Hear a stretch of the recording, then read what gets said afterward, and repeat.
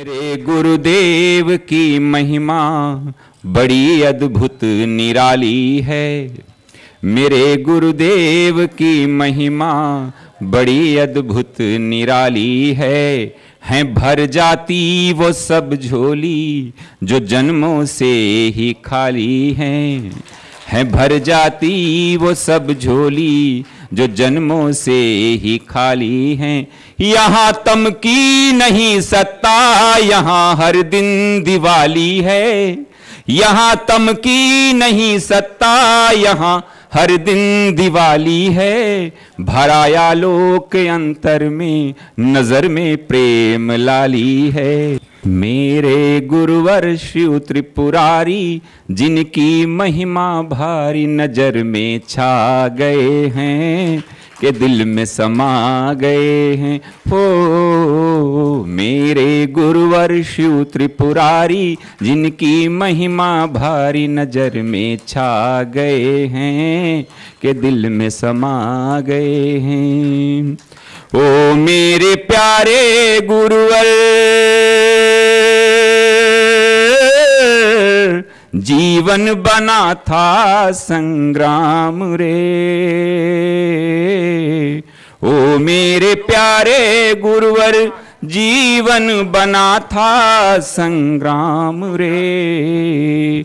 खिलती हुई सुबह भी लगती थी जैसे कोई शाम रे। भूल गए दुख दर्द बीमारी, मिट गई चिंता सारी, शरण तेरे आ गए हैं, प्रेम रस पा गए हैं। हो मेरे गुरुवर शिव त्रिपुरारी, जिनकी महिमा भारी नजर में छा गए हैं के दिल में समा गए।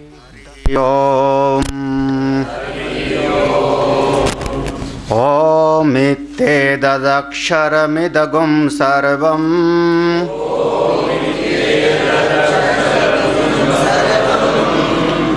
तस्य उप्यव्याख्यानम् भूतं भवत् भविष्यति इति सर्वम् ओंकार एव यच्च अन्यत्र कालातीतं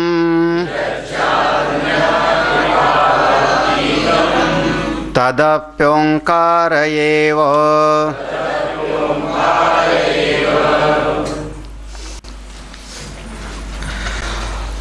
ओम के चिंतन से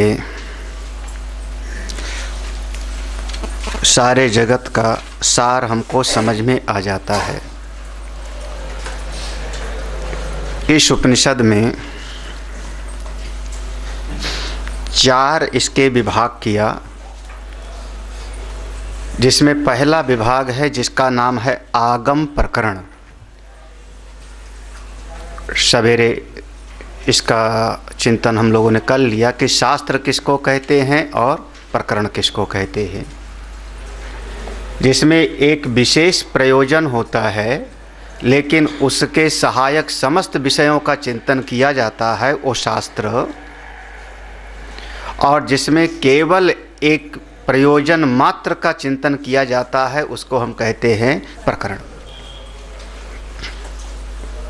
या दूसरे तरीके से हम लोग कहते हैं जिसमें धर्म अर्थ काम मोक्ष चारों पुरुषार्थ का निरूपण किया जाए वो शास्त्र, और जिसमें केवल एक पुरुषार्थ का चिंतन किया जाए वो प्रकरण ग्रंथ।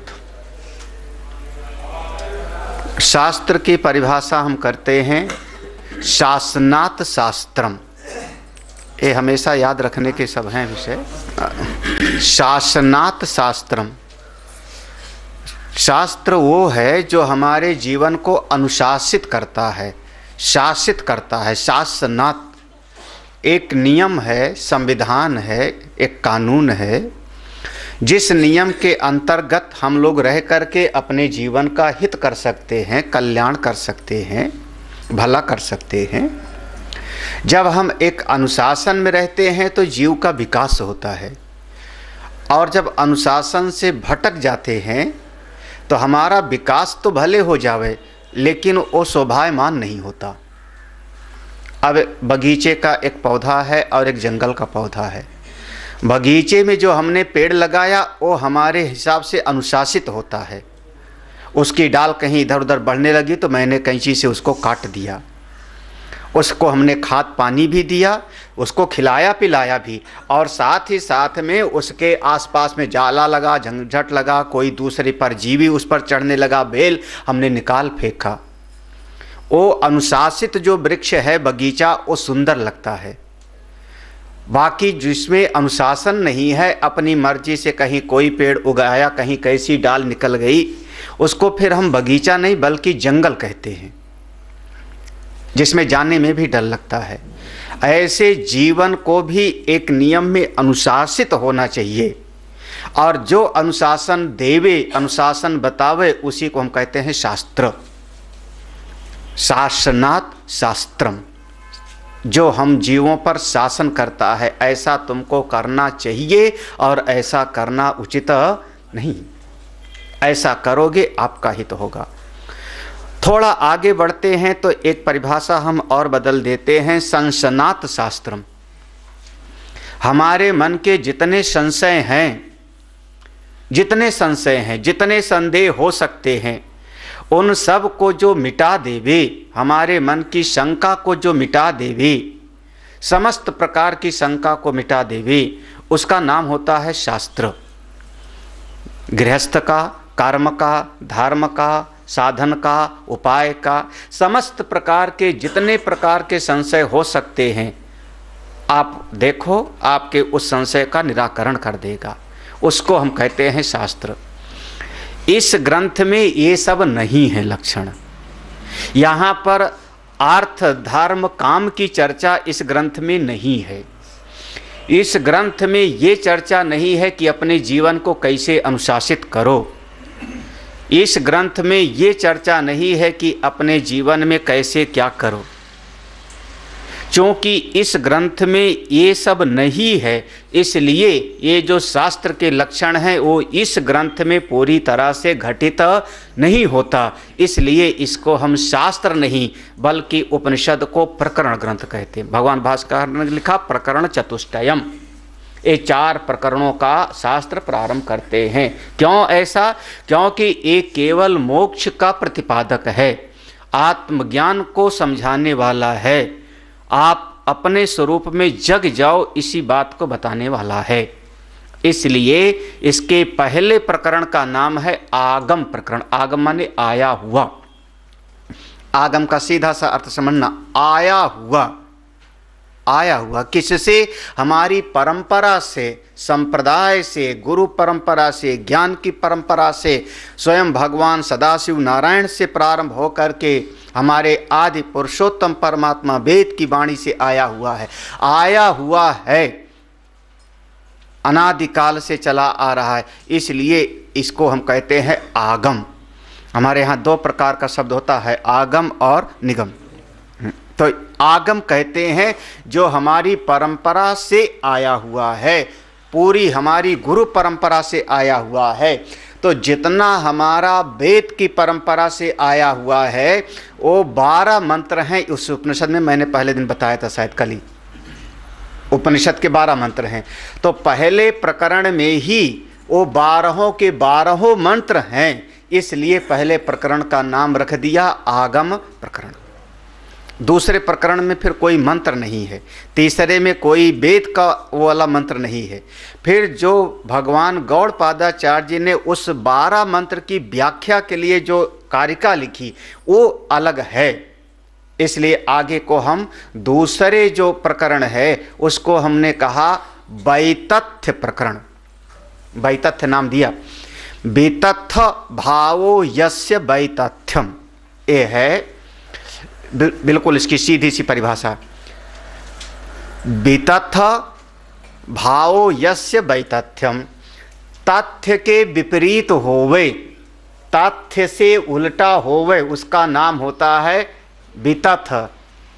तथ्य से, तथ्य आप कह लो सही सही, सीधा सीधा सिद्धांत जैसा है तो जो है वो है तथ्य, और उससे उल्टा दिखावे, विपरीत दिखावे तो उसको हम कहते हैं वितथ। जैसे बहुरूपिया, जब बहुरूपिया आ जाता, बहुरूपिया देखा होगा सब लोगों ने, कभी हनुमान जी का रूप बना के आ गया, कभी दरोगा का रूप बना के आ जाता है। हाँ, कभी दरोगा का रूप बना, हनुमान जी का रूप बना के आ गया तो भी उसने पैसा मांगा, रजिस्टर देता है। दरोगा का रूप बना के आया तो भी एक रजिस्टर पकड़ाता है। हाँ, इसमें आप चंदा दे। अब वो जो हनुमान बना दिखाई पड़ रहा है वो तथ्य से विपरीत है ना। हाँ, हाँ, हमारे हनुमान जी ने कभी किसी से कुछ मांगा पूरे जीवन में? राम जी से कुछ मांगा हो? हाँ, बिना मांगे भी उनको कोई हार दे दिया तो तोड़ के देखते हैं कि इसमें राम जी हैं कि नहीं। बिना मांगे भी कोई दे देवे तो कभी कुछ मांगे नहीं। और आज एक कोई हनुमान का रोल बना करके और मांग रहा है तो तथ्य से विपरीत दिखाई पड़ा ना, तो इसका नाम क्या हुआ? तुरंत सावधान हो जाओ, क्या है? वितथ।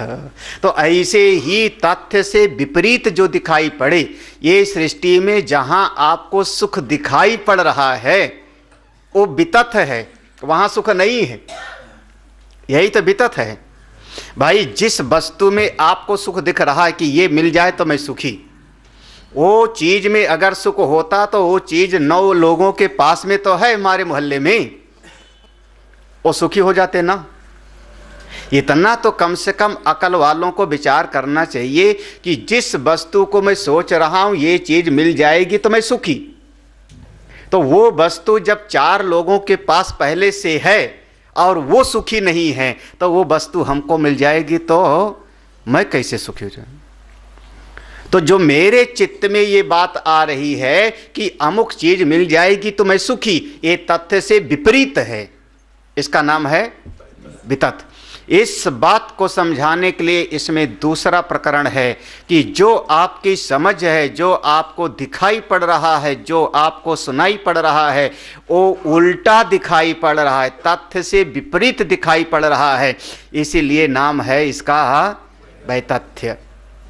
ठीक है, दूसरे प्रकरण का वो समझाना है। हाँ, तीसरे प्रकरण का नाम है तो सारा जगत वितत है, सारी सृष्टि झूठी है, सब कुछ झूठा है, ये शरीर भी वितत है, मन भी वितत है, बुद्धि भी तथ्य से विपरीत है, तो सब झूठे है ना। सर्वम शून्य, फिर तो शून्य हो गया। बोले नहीं, उसका कोई न कोई भी झूठ बिना सत्य का आधार लिए हो नहीं सकता। कभी अपने, अभी नहीं, यहाँ से जाने के बाद कमरे से, क्योंकि आप लोग एकादशी है, मौन तो रहोगे नहीं, चाहे जितना कोई महात्मा कहें, चाहे कुछ कहो, बोलोगे जरूर। तो एक झूठ ऐसा बोलना जिसमें सत्य का कोई अंश मात्र ना हो, जाने के बाद, इस क्लास के बाद में। हाँ, एक झूठ बोलना, 2 झूठ बोलना, 3 झूठ बोलना जिसमें सत्य का कोई अंश 1% भी सत्य ना होवे, पूरी तरह से झूठ बोल के दिखाना, कोई दिखाना आप बाद में। हाँ, हमने आकाश में फूल देखा, आकाश में फूल हो नहीं सकता, संभव नहीं, पूरी तरह से झूठ है। लेकिन फूल होता तो है ना कहीं ना कहीं। फूल अगर होता ना तो आप कल्पना कैसे करते? जहां दिखाई पड़ रहा है आकाश में वहां नहीं है, लेकिन फूल होता तो है ना। वो पूरी तरह से झूठ नहीं है। हाँ, पूरी तरह से नहीं है। हमने कहा बल्कि आकाश में फूल, हमने गंधर्व नगर कहा, हमने कोई भी बात कही, एक झूठ बोलना जिसमें सत्य का जरा सा भी अंश ना हो, कोशिश करना, कोशिश करना। कहीं ना कहीं बिना सत्य का आधार लिए झूठ हो ही नहीं सकता, टिक ही नहीं सकता। तो सारा जगत अगर झूठा है, सब वितत है, तो कोई ना कोई तो इसका आधार है ना। वो जो आधार है वो कौन है? अद्वैत प्रकरण। तो तीसरे प्रकरण का नाम है अद्वैत प्रकरण। इस उपनिषद में वही एक परम सत्य है। अब एक बात और, 4 पहलवान बैठे थे, 4 पहलवान बैठे थे और उसमें एक बहुत बुद्धिमान था। वो विचार कर रहा था, लगभग ऐसे अखाड़े वगैरह में होता था, कुश्ती होती थी तो वहाँ इनाम रखा जाता था, 10 रुपए की कुश्ती। तो एक पहलवान का हाथ पकड़ के अखाड़े के चारों तरफ घुमाया जाता था। 10 रुपए की कुश्ती, 10 रुपए का पहलवान, मतलब इस पहलवान को जो हरा देवे 10 रुपया। तो जो भीड़ होती थी उसमें से कोई निकलता था, उस पहलवान को लड़ता था, हरा दिया। वो पहलवान हार गया तो उसको 10 रुपया इनाम। फिर जो जीत गया उस पहलवान को हाथ पकड़ के घुमाया जाता था। 100 रुपए की कुश्ती, 100 रुपए की कुश्ती। कभी देखा हो तो पता होगा, नहीं कुश्ती किए नहीं हो। तो अब घुमाया 100 रुपए की कुश्ती। अब 100 मतलब जो बड़ा वाला होता था वो नहीं आता था, अभी खड़ा रहता था एक किनारे। इसके बाद 100 रुपए वाला भी हार गया तो 1000 रुपए की, 1000 रुपए की। फिर जब 3 बार घूम लिया 5000 10,000 वाला, 3 बार घूम लिया और कोई नहीं आ रहा है सामने, और कहा गया ये सबसे बड़ा, तभी वो बीच वाला आता है असली वाला। अभी इससे मैं लड़ूंगा, क्योंकि अब इससे बड़ा कोई नहीं, तो इसको हरा दो तो माने सबको हरा दिया। हाँ है ना, इसको कहते हैं आखिरी मल्ल न्याय। शास्त्र की भाषा में याद है ना, आखिरी अंतिम मल्ल न्याय। हाँ, तो छोटे मोटे से लड़के अपनी अकल क्यों खराब करो।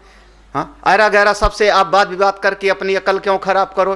तो 4 पहलवान हैं, 4 विचार वाले हैं, आप चुपचाप बैठे रहो अपनी महिमा में।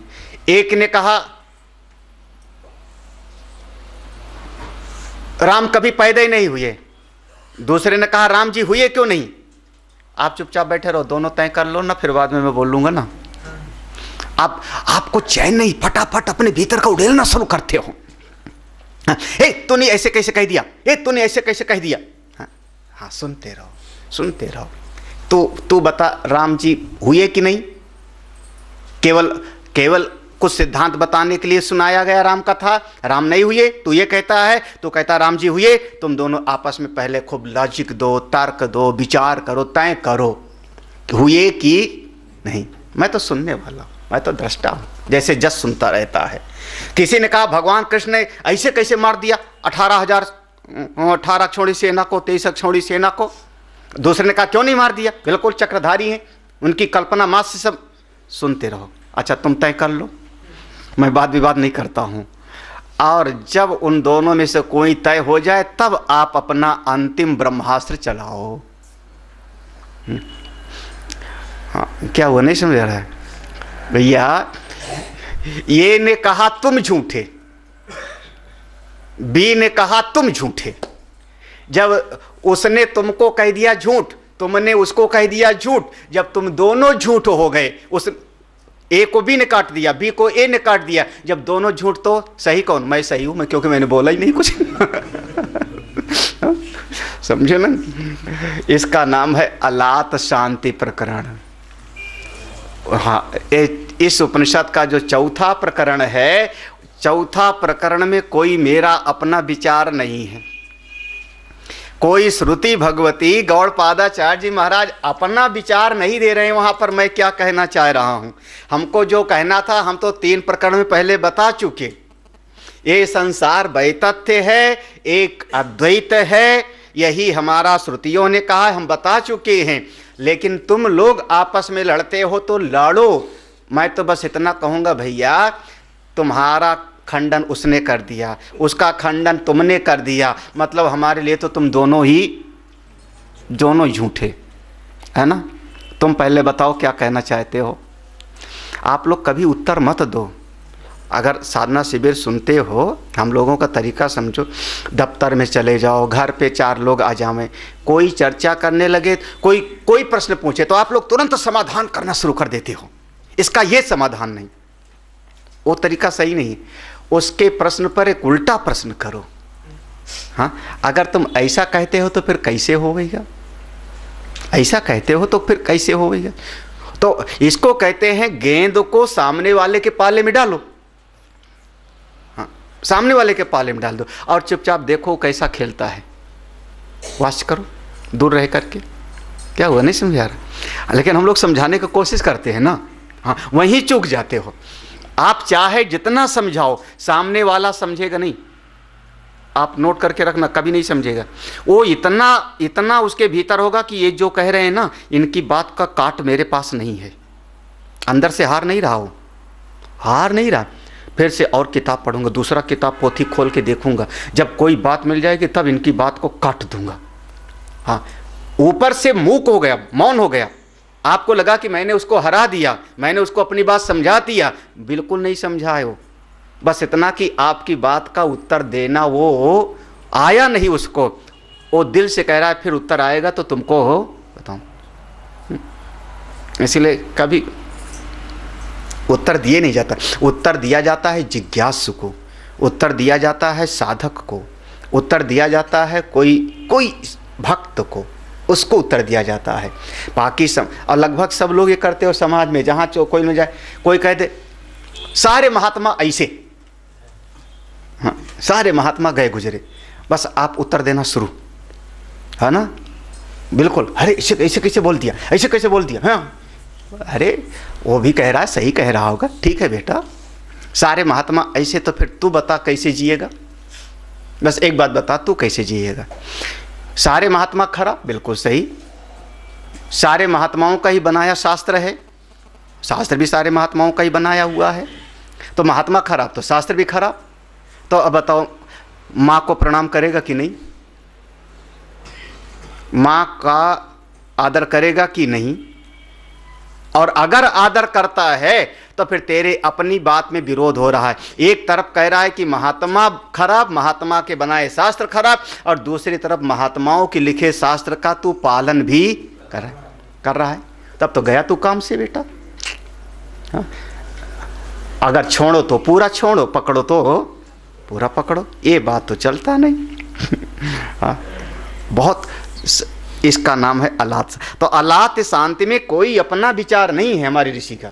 हमारे ऋषि कहते हैं ये सांख्य दर्शन वाले का ये विचार, न्याय दर्शन वाले का ये विचार, न्याय दर्शन वाले ने सांख्य वाले को कह दिया गलत, सांख्य वाले ने कह दिया न्याय वाले गलत, तो इसका मतलब तुम दोनों हो गलत, मैं हूं सही। है ना।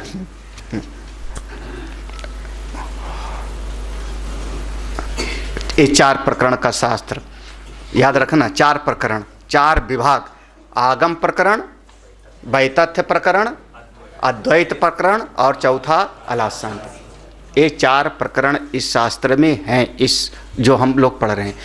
इस 4 प्रकरण में इसका जो मूल प्रयोजन है, हम लोगों ने अभी सवेरे सुना, मूल प्रयोजन क्या था? अद्वैत भावः प्रयोजनम। मूल प्रयोजन किसी अप्राप्त वस्तु की प्राप्त कराना नहीं है। जैसे स्वर्ग आज अप्राप्त है, दूर है, ऐसे कोई अप्राप्त वस्तु की प्राप्त करना इसका प्रयोजन नहीं है। इसका प्रयोजन है, या जो प्राप्त वस्तु है उसको भी प्राप्त करना इसका प्रयोजन है नहीं। अप्राप्त की प्राप्ति भी नहीं है और प्राप्त की भी प्राप्ति इसका प्रयोजन है नहीं। तो शास्त्र का प्रयोजन क्या है? जो आगंतुक आया हुआ है हमारे स्वरूप से उल्टा विपरीत, उसको हटाना इसका प्रयोजन है। ठीक है ना? चाहे जो कह दो, लेकिन जैसे स्वस्थता प्राप्त नहीं हुआ, कह सकता हूं कि मैं स्वस्थ हो गया, कहने में हर्ज नहीं है, लेकिन पक्का बुद्धि में समझना है कि स्वस्थता मेरा स्वरूप, हाँ उसकी प्राप्ति नहीं हुई। कहने को हम कह देते हैं प्राप्तस्य प्राप्ति ही, लेकिन फिर भी मूल चिंतन है कि जो ये विपरीत चीज़ें हमारी बुद्धि में आकर के बैठ गईं, द्वैत से संबंधित, यह ब्रह्म विद्या उनको मिटा देती है। और जब उसको मिटा देती है तो अंत में ब्रह्म विद्या स्वयं भी किनारे हो जाती है, और आप जैसे थे असल में वैसे हो गए। तो पाया कहे सो बावरा, खोया कहे सो मूढ़, पाया खोया कछु नहीं, ज्यों का त्यों भरपूर। लेकिन उपयोगिता है, क्योंकि बिना दवाई के वो बीमारी जाती नहीं, बिना एंटीबायोटिक दवा खाए वो बीमारी के जीवाणु मरते नहीं। हाँ, अच्छा कितने दिन दवा खानी चाहिए? 3 दिन की, 5 दिन की, 7 दिन कि 27 दिन? जितना तगड़ा जर। हाँ अच्छा, अब अपना अपना बीमारी समझ लेना कितनी लंबी है। हाँ कितनी लंबी है। हाँ वैसे 84 लाख जन्मों से आया हुआ है, ये मत समझ लेना एक दिन सत्संग सुन लिया तो 84 लाख का कट गया। हम 84 लाख से कचड़ा जमाए आए। वो सीढ़ी पर काई जमी है सालों साल से, और एक बार सत्संग सुन के आवे, यहाँ से सत्संग सुन के जाओ, घर पे जरा सा गुस्सा करना, घर वाले कहेंगे सुन के आए बहुत बिगड़ के आए, देखो क्या, इनसे भले तो हम घर ही पर हैं। है ना। तो आदमी सोचता है बस महाराज जी के पास जावें, जादू की छड़ी स्वामी जी घुमावें और बिल्कुल हमारे हिसाब से चलने वाले बन जावें। ऐसा होता नहीं है। कितना सबका अलग अलग रूप होता है। किसी को थोड़े में ज्ञान हो जाता है, किसी को ज़्यादा समझना पड़ता है, किसी को और ज़्यादा समझना पड़ता है। अच्छा, कभी कभी ऐसा लगने लगता है बीमारी ख़त्म हो गई हमारी, 2 दिन दवाई खाई बीमारी होने लगी, उसके बाद फिर पूरा खाना चाहिए कि नहीं जितना कोर्स बताया डॉक्टर ने? डॉक्टर ने कहा 27 दिन का कोर्स है, और 4 दिन दवाई खाई तो ठीक लगने लगा। अब 4 दिन के बाद में छोड़ देना चाहिए कि खाना चाहिए? देखा, अब आपको बताऊं, हमारे मोहल्ले के आश्रम में एक हमारा कर्मचारी है, तो उसके पाँव में हो गया फाइलेरिया, हाथी पाँव जिसको कहते हो, फील पाँव। तो अब चूंकि वहाँ डॉक्टर लोग आश्रम से जुड़े हैं तो डॉक्टरों ने दवाई दिया, जरा सा उसका उतर गया, सूजन उतर गई, दवाई खाना बंद कर दिया। 3 बार घटना हो गई, चौथी बार फिर सूज गया उसका। और इस बार जब हम गए तो हमने देखा, तो हमने पूछा, तो उसने कहा स्वामी जी ठीक हो जाता है, ये पटक जाता, वहाँ की भाषा में, हाँ ये पटक गया, मतलब सूजन उतर गई तो हम छोड़ दिए थे। तो हमने कहा यही तो तुमने गलती किया महाराज, चूँकि ये झेल चुका हूँ मैं झेल चुका हूँ। उसका 27 दिन, लगभग 27 दिन का वो देते हैं दवाई, 4 हफ्ते का, लगभग 4 हफ्ते का, 4-5 हफ्ते का वो। और एक दवाई शायद तब से आज तक वही चल रही, बेनोसिटफोर्ट, वही है ना? हाँ 3 हफ्ता, लेकिन वो रिपीट करते हैं। वो कहते हैं वो जो फाइलेरिया के जो जीव होते हैं, एक बार शरीर में पैदा हो गए तो जितने पैदा हो गए मरते नहीं हो, अपनी आयु से मरेंगे। आपकी दवाई उनके बच्चे नहीं पैदा होने देती। ऐसे कुछ कहते हैं। तो कहते हैं पहले 3 हफ्ते खाओ, फिर 3 हफ्ते छोड़ दो, नहीं तो उस शरीर में अटैक हो जाएगी। फिर 3 हफ्ते खाओ, फिर 3 हफ्ते छोड़ दो, फिर 3 हफ्ते खाओ, 3 बार रिपीट करो, तब कहीं आपका वो जड़ से जावेगा। यही कारण है कि दवा खाते हैं और फिर भी हाथ पांव उनका देखो तो किसी न किसी का सूजा रहता है। और 3-3 हफ्ते का जो है वो जो तुरंत की दवाई देते हैं सूजन वगैरह उतारने के लिए कुछ, अन्यथा उसकी दवाई है बेनोसिटफोर्ट, वही है शायद 100 mg की देते। तो तब से आज तक वही चल रही। हमने कहा तूने छोड़ क्यों दिया? उसने कहा 1 हफ्ता खाए थे, उतर गए, पटक गया तो छोड़ दिया। पटक गया तो उसके भीतर जीवाणु है, फिर से आ गए, पटक लिया उसने जी बीमारी ने। अभी है उसका सूजा हुआ है, इस समय सूजा हुआ है। तो आपको जितना कोर्स हो वह पूरा करना चाहिए। क्या हुआ? तबीयत ठीक तो हो रही है, फिर ठीक तो लग रहा है, फिर इंसुलिन क्यों ले भाई? कोई ठीक तो बोल रहा हूँ, चल रहा हूँ, फिर इंसुलिन क्यों खाऊं? कई लोग थायराइड वाले होंगे, सवेरे गोली, है ना, थायराइड वाले कोई होंगे, सवेरे गोली रोज खाओ, ठीक तो लग रहे हो, क्यों खाओ, छोड़ दो। बोले नहीं, जब तक जिएंगे तब तक जब तक जी, तो इसलिए बिल्कुल नहीं, उसका अपना कोर्स है। वो शरीर के हमारी कुछ ऐसी चीज़ है कि जो उसको बाहर से उसको सप्लीमेंट देना पड़ रहा है, तो आपको करना ही पड़ेगा। तो ऐसे ही आपके मन को एक ऐसी बीमारी ने पकड़ लिया है जिसका कोर्स आजीवन चलता है, उसकी दवाई मन को पकड़ा है उस बीमारी ने। उसके जीवाणु को हम पहचानते हैं, महात्मा लोग पहचानते हैं, वो जल्दी मरेगा नहीं, मन को पकड़ा है, आत्मा को नहीं।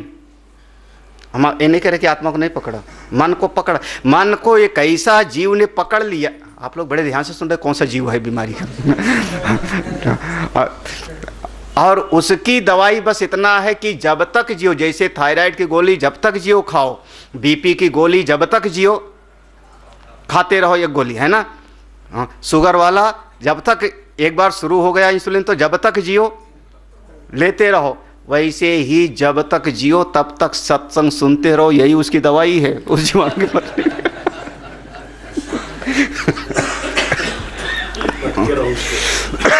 और कोई उपाय नहीं है। मैंने पहले कहा ये आत्मा को बीमारी नहीं हुई है, वो तो आपका स्वस्थता है, स्वरूप है। ये बीमारी किसको पकड़ी है? मन को। और बीमारी का नाम क्या है? द्वैत। द्वैत प्रपंचस्य।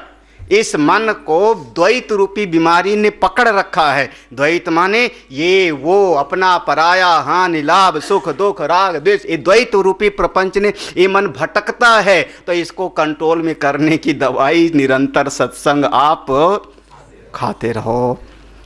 तब कहना पड़ता है राम कथा जे सुनत अघाही, रस विशेष तिन्ह जाना नहीं। हाँ, तदेव शृणोति तदेव अवलोकयति। उसी का चिंतन करो, उसी का श्रवण करो, उसी का मनन करो। आप ऐसा मत समझना रामायण में है, हमारी श्रुतियों में है, हमारे शास्त्र में है कि तब तक उसी शास्त्र का चिंतन करते रहो जब तक जीवन हमारा है, करते रहो। कैसे करें? तो द्वैत प्रपंच का उपशम हो जाना, द्वैत प्रपंच का शांत हो जाना और आत्मस्वरूप में स्थिति हो जाना, यही इस शास्त्र का प्रयोजन है। ठीक है ना? समझ में आना चाहिए।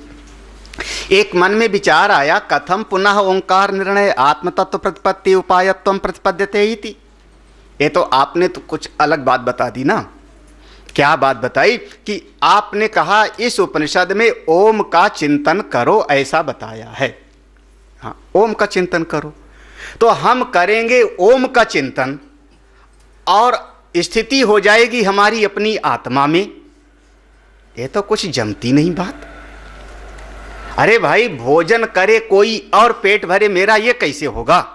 दवाई खाए कोई और ठीक हो जाऊं मैं, ये कैसे हो गएगा? तो चिंतन करें हम ओम का। ओम कौन? जो परमात्मा का नाम है। चिंतन करें ओम का और हम अपने स्वरूप में बैठ जाएंगे, अपने आत्म स्वरूप में स्थिति हो जाएगी। ये कैसे बात हो गई? ये तो बात कुछ जमी नहीं ना? नहीं जमी, जमाओ।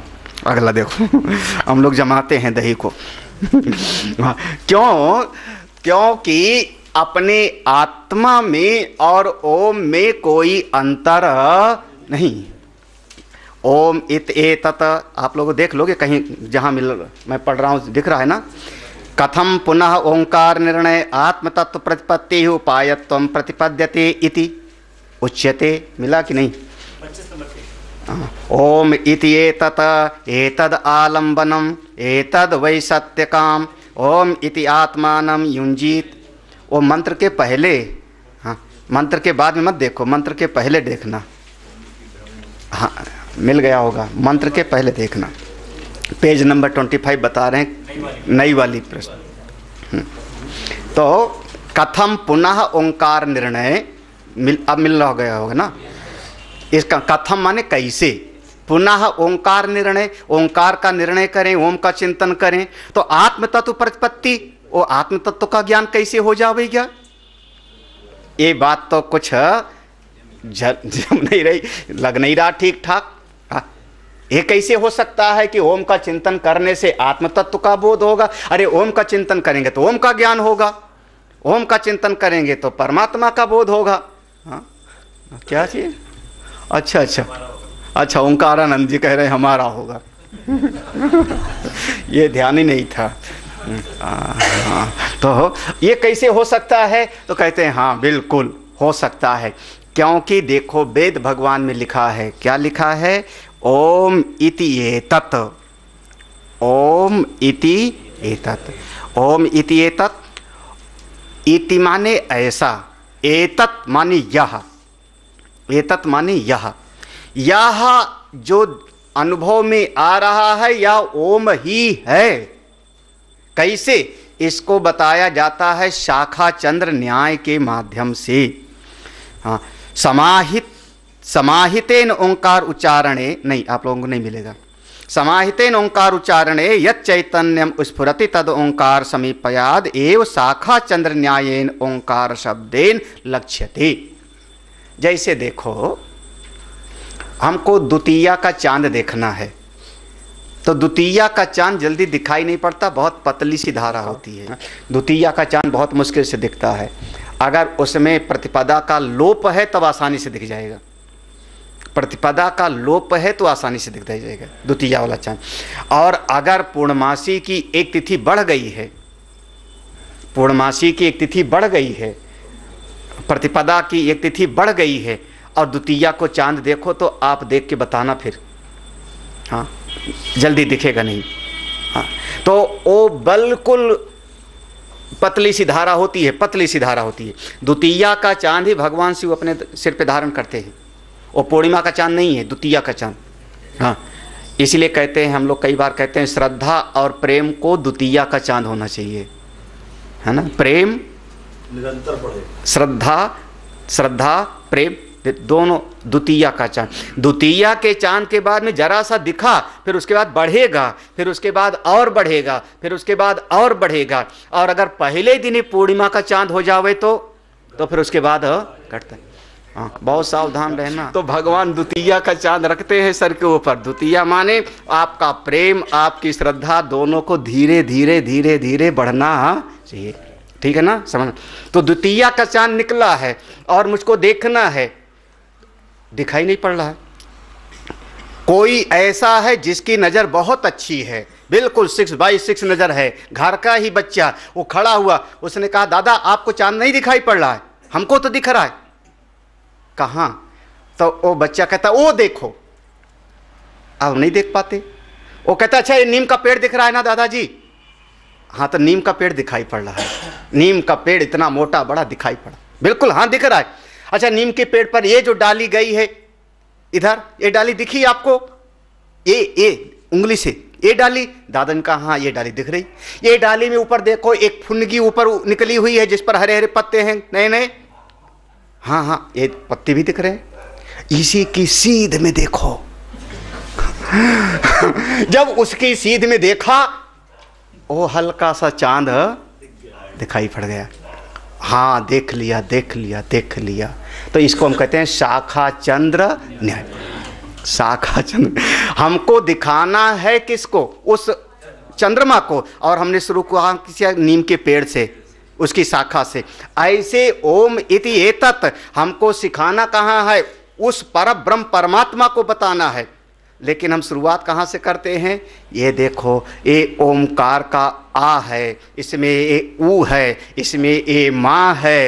ये ओमकार का आ जागृत अवस्था है, उकार स्वप्न अवस्था है, मकार इसमें सुषुप्ति अवस्था है। पहुँचाना हमको कहाँ है? जब पहुँच गए तो हमने कहा ओम इति एतत्। यही एतत् माने ये जो अनुभव किए ये ओम है, ठीक है। शाखा चंद्र न्याय के द्वारा ही बोध होता है। इसको हम कहते हैं शाखा चंद्र न्याय।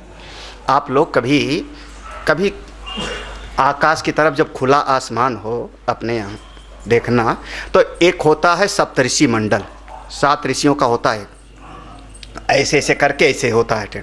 वहाँ एक हैं वशिष्ठ, 7 ऋषियों में एक वशिष्ठ भी हैं। हाँ वशिष्ठ के बगल में ही अरुंधति का तारा होता है। वशिष्ठ के बगल में ऊपर देखना, तो जो देखे होंगे उनसे पूछना। वशिष्ठ के पास में ही एक अरुंधति है। अरुंधति नक्षत्र जिसको ना दिखाई पड़े समझ लेना 6 महीने की उसकी आयु रह गई है बाकी। स्वामी जगदानंद जी ने बताया था एक बार।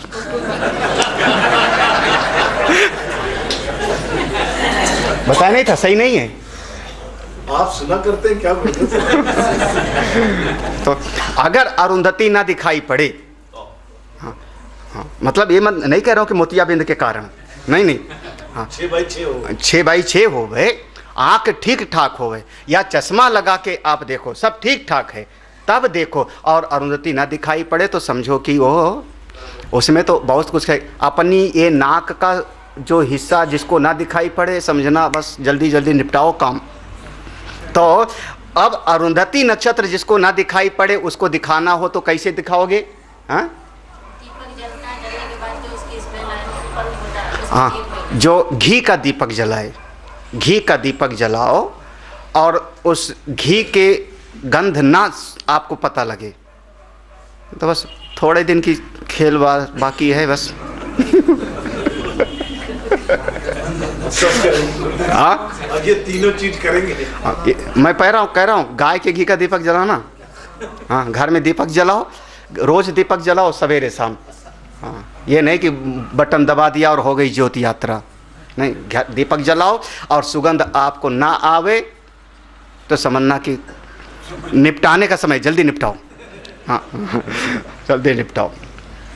क्यों, ट्रेन पकड़नी होती है तो जल्दी जल्दी नहीं निपटाते हो, सामान समेटो, ये करो ये करो वो करो, तो ऐसे समझ लो हर इच्छा। तो इसको कहते हैं शाखा चंद्र न्याय से, ये ओम इतेतद जहाँ पर है शाखा चंद्र न्याय से बताया गया है। फिर दूसरा है एतद आलंबनम, बढ़िया बढ़िया शब्द हैं। अब ये कठोपनिषद का है, यमराज जी ने नचिकेता को कहा एतद आलंबनम श्रेष्ठम, हाँ, आलंबनम ज्ञात्वा, हाँ, अच्छा, अरे वाह, यो यद इच्छति तस्य एतद आलंबनम, यही आलंबन है, यही ओंकार। एतद माने इसी ओम का आलंबन लेकर के हम आगे बढ़ते। कैसे, किस प्रकार से, तो कहते हैं जैसे, जिस प्रकार से प्रतिमायाम विष्णु बुद्धि, क्या बढ़िया शब्द प्रयोग किया है, प्रतिमायाम विष्णु बुद्धि। जैसे हम बनाते हैं एक मूर्ति को, एक प्रतिमा को, और उस प्रतिमा को, मूर्ति को बना करके हम उसमें भाव क्या रखते हैं, ये भगवान नारायण हैं, ये हमारे गणेश जी हैं। बनाया हमने, बनाया बिल्कुल हमने बनाया नहीं, प्रतिमायाम विष्णु बुद्धि। जैसे हम किसी प्रतिमा को बनाते हैं मिट्टी से, पत्थर से, लकड़ी से, हमने भगवान की प्रतिमा बनाई, लेकिन बुद्धि क्या है हमारी, विवेक क्या, विष्णु बुद्धि। हाँ, बस ये मेरे भगवान हैं, ये मेरे परमात्मा हैं। प्रतिमायाम विष्णु बुद्धि वत ओंकार, ऐसे ओंकार का एक चिन्ह बनाया ना हमने, ओम का एक चिन्ह बनाया, वो बनाया, उसमें एक पीछे निकाल दिया और उसमें बिंदी रख दिया, ये ओंकार का चिन्ह बनाया ना, ये प्रतिमा है, ये रूप है, लेकिन इसको हमने समझा आत्मस्वरूप, ये हमारे लिए उपास्य हो गया। ये ब्रह्म को समझा, ये है ब्रह्म है, उसमें लिखा ओ लिखा, बिंदी लगाई, और हमने समझा कौन है ये, साक्षात ब्रह्म। हाँ, ये हमारे लिए उपासना के लिए भी उचित है। इसीलिए कहा है एतद आलंबनम श्रेष्ठ, एतद आलंबनम परम, एतद आलंबनम ज्ञात्वा। श्रुति ने कहा है ना, इस ओंकार की ही उपासना करो। कैसे, जैसे प्रतिमा में विष्णु भाव रख करके उपासना करते हो, ऐसे ओंकार को ब्रह्म भाव से उपासना करनी चाहिए, तब आप बढ़ जाओगे। तीसरा है एतद वै सत्य काम, एतद वै सत्य काम, क्या बढ़िया। किंचा अयम ओंकारो यदा पर अपर ब्रह्म दृष्टय उपास्यते तथा तज ज्ञानम उपायताम आरोहयति। आप आगे बढ़ जाते हो, आपका विकास हो जाता है। कैसे, कब, किस प्रकार से, जब आप इस ओंकार को, अपनी इस ओंकार को सत्य समझ करके, ब्रह्म समझ करके आप साधन भजन करते हो, तो एतद यह वही वो ब्रह्म, हे सत्य काम, भो सत्य काम, जिस तत्व को पूछा था ये वही है, एतद ये है वही ब्रह्म। जिस तत्व को तुम जानना चाहते हो, जिस आत्मा को जानना चाहते हो, जिस ब्रह्म को पाना चाहते हो, ये वही है, ये वही है। इसको तुम ऐसा समझो, ऐसा समझ करके उपासना करो। तो ओंकार एक ऐसा, ओम एक ऐसा प्रतीक है जिसकी उपासना भी की जाती है, जिसका चिंतन भी किया जाता है, जिसका अनुभव भी किया जा सकता, मतलब वो साधन भी है और साध्य भी है। फिर आगे कहते ओम इति आत्मानम युंजित। ओंकार कहते हुए, ओम का उच्चारण करते हुए अपनी आत्मा के साथ जोड़ो। ऐसे नहीं ओम बोल दिया, ओम के साथ में अपने आप को जोड़ो, अपने आप को। कैसे, ओम में आ का उच्चारण किया तो स्थूल शरीर का, ओ का उच्चारण किया तो सूक्ष्म शरीर का, और माँ का उच्चारण किया तो कारण शरीर का, और अमात्र की स्थिति में पहुँचे तो उस अपने स्वरूप का। इस प्रकार से ओम इति आत्मानम युंजीत, ऐसा करना चाहिए। ओम इति ब्रह्म, यह ओंकार ही परब्रह्म है। कब? ऐसा जब समानाधिकरणेन समाहितो, ऐसा जब अनुभव हो जाएगा तो। इसलिए ओंकार एव इदम सर्वम। लो, हाँ है ना, ठीक है। अब ये ओंकार एव इदम सर्वम को ले आओ मंत्र में। ओ मंत्र में पहली लाइन, ओम इति एतद अक्षरम इदम सर्वम, ठीक है ना, समझ आना चाहिए। ये तो थोड़ा सा भाष्य की ही शैली समझ, दोनों तरीका अपनाओ ना, एक एक शब्द भी पढ़ो और कभी मंडूक न्याय से भी पढ़ो। तो मंडूक न्याय है ना, ये मंडूक वाला न्याय, हाँ? तो ओंकार एव इदम सर्वम, तो ओम इति एतद अक्षरम इदम सर्वम, ये सब का सब ओम ही है, सब का सब सारा जगत ओंकार ही है। कैसे? तो इसकी व्याख्या अब हम करने चल रहे हैं। तस्य उपव्याख्यानम, मंत्र में है, सबके जो जिनके पास है मंत्र में लिखा, तस्य उपव्याख्यानम, इस ओंकार के मंत्र की व्याख्या हमको करनी है, हमको समझाना है कि कैसे ये ब्रह्म है, कैसे समझ में आवे। उपव्याख्यान, उपव्याख्यान का कहते हैं, देखो ब्रह्म समीपतया, उप व्याख्यान शब्द है ना, व्याख्यान, तो व्याख्यान को तोड़ो, पहला यहाँ पर है, पूरा मंत्र में है उपव्याख्यान, उप व्याख्यान, तो उप को अलग करो, उप एक हो गया उपसर्ग, फिर उसके बाद में एक और अक्षर जुड़ा हुआ है बी, है ना, संस्कृत वाले आचार्य लोग, हाँ, संधि विच्छेद करो। अब सूत्र ये लोग बता देंगे कौन सा सूत्र लगा उसमें, तो कैसे क्या हो गया। तो उप धन वी धन आख्यान कह लो, धन आ धन ख्यान, उस समय इतने सारे हैं। ख्यापयत इति, ख्यापयत माने प्रकाशयति, हाँ, व्यक्त करना, किसी चीज को समझाना, किसी बात को स्पष्ट तौर पर समझाना। इसी शब्द को दफ्तर वाला भाषा पकड़ लिया ना, आख्या देना, आख्या देना है ना, आख्या तो शब्द प्रयोग करते हैं, हाँ, अंग्रेजी में नोटिंग, अंग्रेजी में नोटिंग या आख्या, आख्या माने उस विषय को समझाना, इस पर टिप्पणी। अब आख्या के पहले लग गया बी माने विशेष रूप से, ऐसा समझाओ, इस प्रकार से समझाओ, इस तरीके से समझाओ कि फिर उसमें कोई संशय है ना रहे। उसके फिर पहले लग गया उप माने ब्रह्म समीपतया, परमात्मा को समीप से मैं समझाने जा रहा हूँ। उप व्याख्या माने उस ओंकार को बिल्कुल समीप से। बी माने विस्पष्टम, बी माने विस्पष्टम, प्रकथनम, अच्छी प्रकार से समझाया जाए, परमात्मा को, ओंकार को उसके बिल्कुल समीप से, बिल्कुल स्पष्ट तरीके से, संशय से रहित उसको हम समझाने के लिए प्रयास करेंगे। तस्य उपव्याख्यानम, कौन है वो? भूतम भवत भविष्यति, भूतकाल में जो था सब ओंकार है, भवत जो है, जो हो गया है वो भी सब ओंकार, भविष्यत जो होवेगा वो भी ओंकार, यद और जो अन्यत्र कालातीतम, जो तीनों कालों के परे है। तीनों कालों के परे कौन?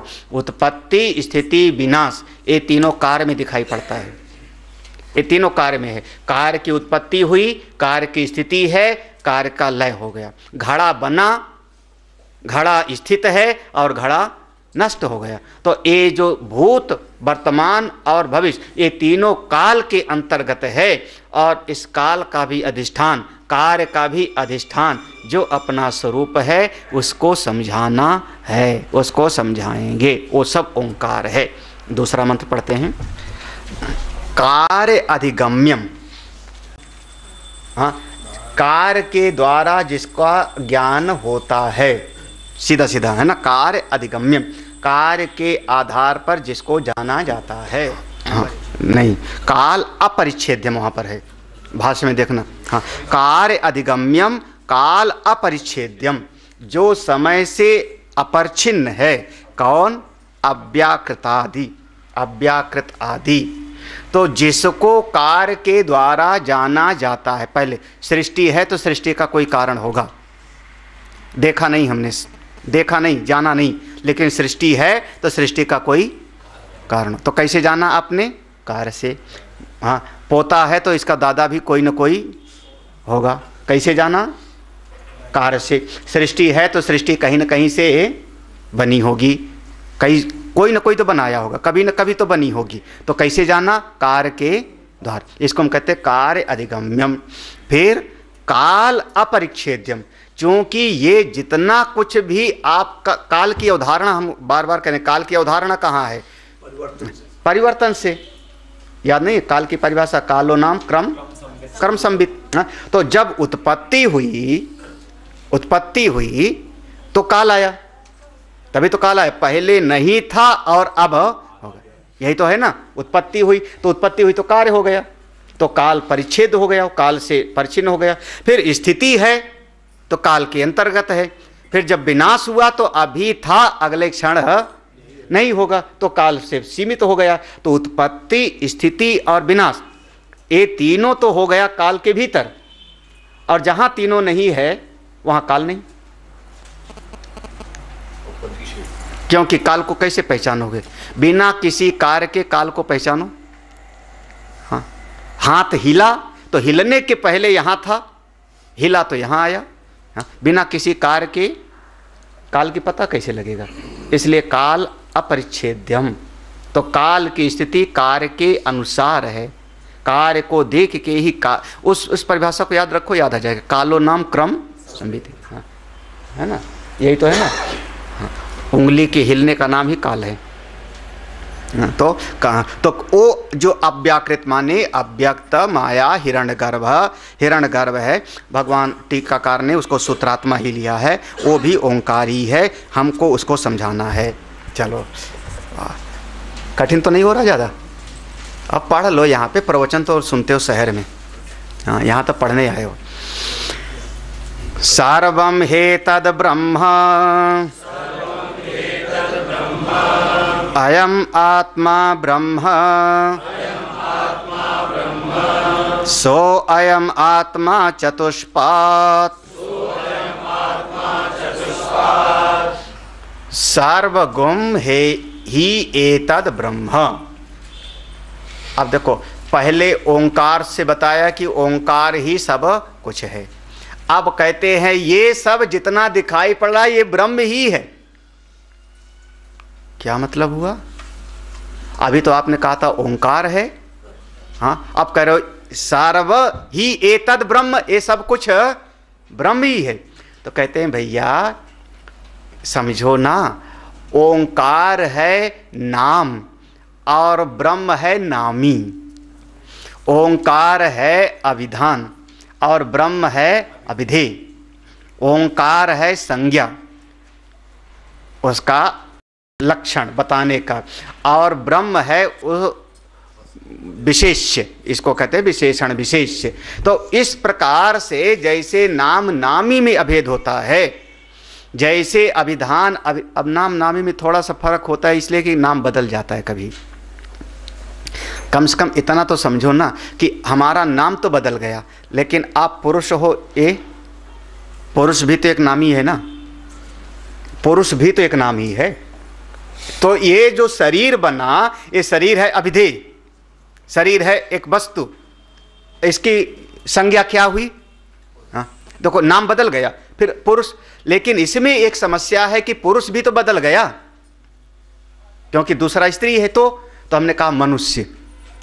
देखो मनुष्य भी एक संज्ञा है, मनुष्य भी एक नाम है, मनुष्य भी एक नाम है। तो ये जो नाम में लगातार बदलने वाला झंझट है, क्योंकि इसमें भेद मत भेद पैदा हो जाएगा। तो ये ना पैदा होवे तो हम स्पष्ट तौर पे एक शब्द प्रयोग करते हैं, अभिधान। ठीक है, अभिधान तो है संज्ञा ही, जिस नाम से बुलाया जा रहा है उसी को हम कह रहे हैं, लेकिन हो गया अभिधान। और जिसको बुलाया जा रहा है उसको हमने कहा अविधेय। तो ब्रह्म है अविधेय और ओंकार है अभिधान, ठीक है ना। जैसे पानी शब्द है अभिधान और उस पानी हाँ जल है, जल भी अभिधान है। पानी क्या है बताओ ना। पानी अविधेय, पानी अभिधान है, एक नाम है, एक संज्ञा है। हम हिंदी में पानी बोले, हाँ पानी कैसा है, पानी बताओ ना। हाँ? अब देखो ये अभिधान बदल गया ना, अभिधान बदल गया। आपने वाटर कह दिया, आपने आब कह दिया, आपने कोई और नाम रख लिया, बदल गया ना। लेकिन उससे लक्षित एक तत्व है, पानी से लक्षित एक तत्व है, तो उस तत्व को हमने कहा अविधेय। और उसकी एक संज्ञा ऐसे कहो जो द्रव रूप में है, तरल है ना। पानी कैसा, तरल है।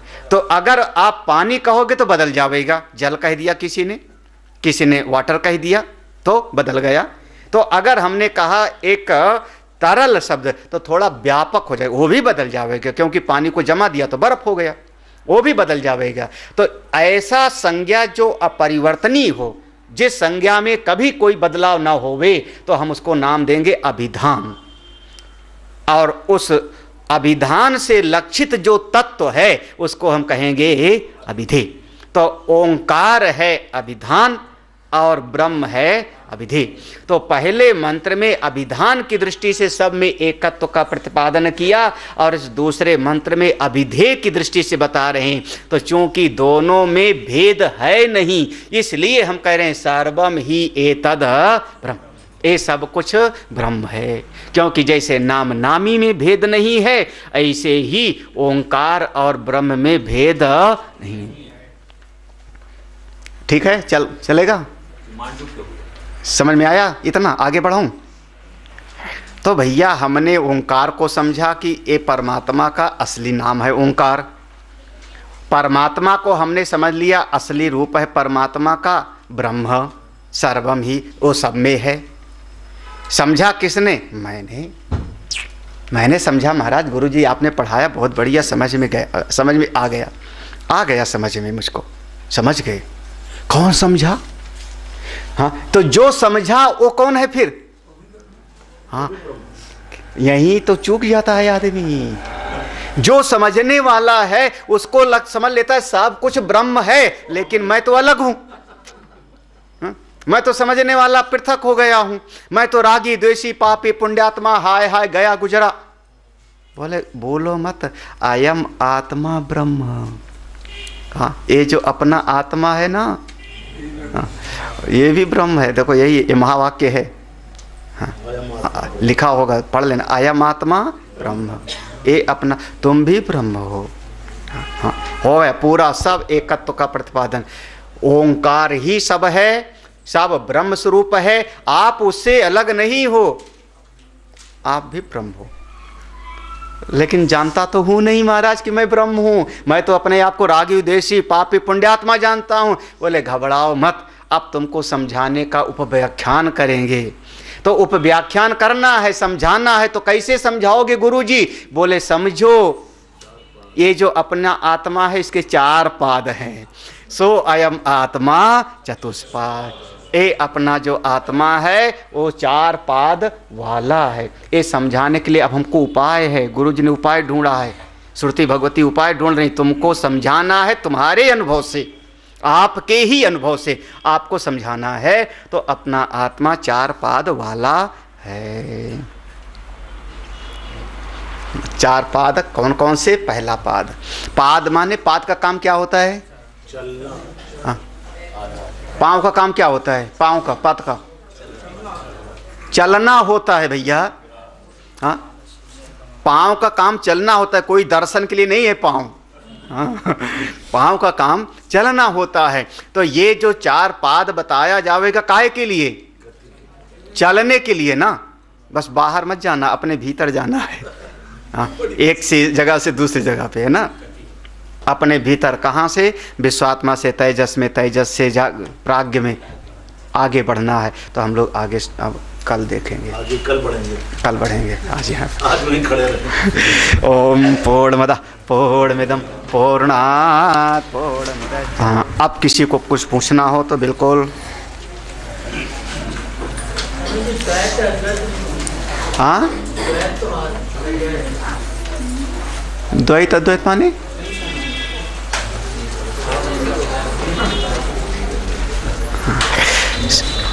सारा बखेड़ा इसी का है कि अद्वैत को समझ में आ जावे। द्वैत से मन हटे, अद्वैत सब, इसीलिए तो सारा प्रपंच बखेड़ा सत्संग का है और काहे का।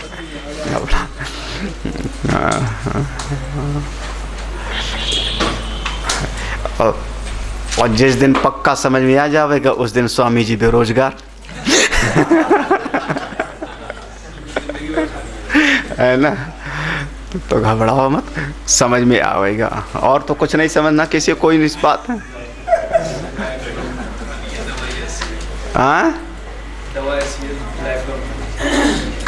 एतद आलम्बनम सृष्टम। ओम एतत एतद आलम्बनम ओम इतेदत् सर्वम। पूरा का पूरा बढ़िया आप बताते हैं तो सब समझ में आता है, निकलने के बाद सब निकल जाता है। थोड़ी कोई शंका है। दृढ़ विश्वास, बिल्कुल बट विश्वास अचल निज धर्म। अरे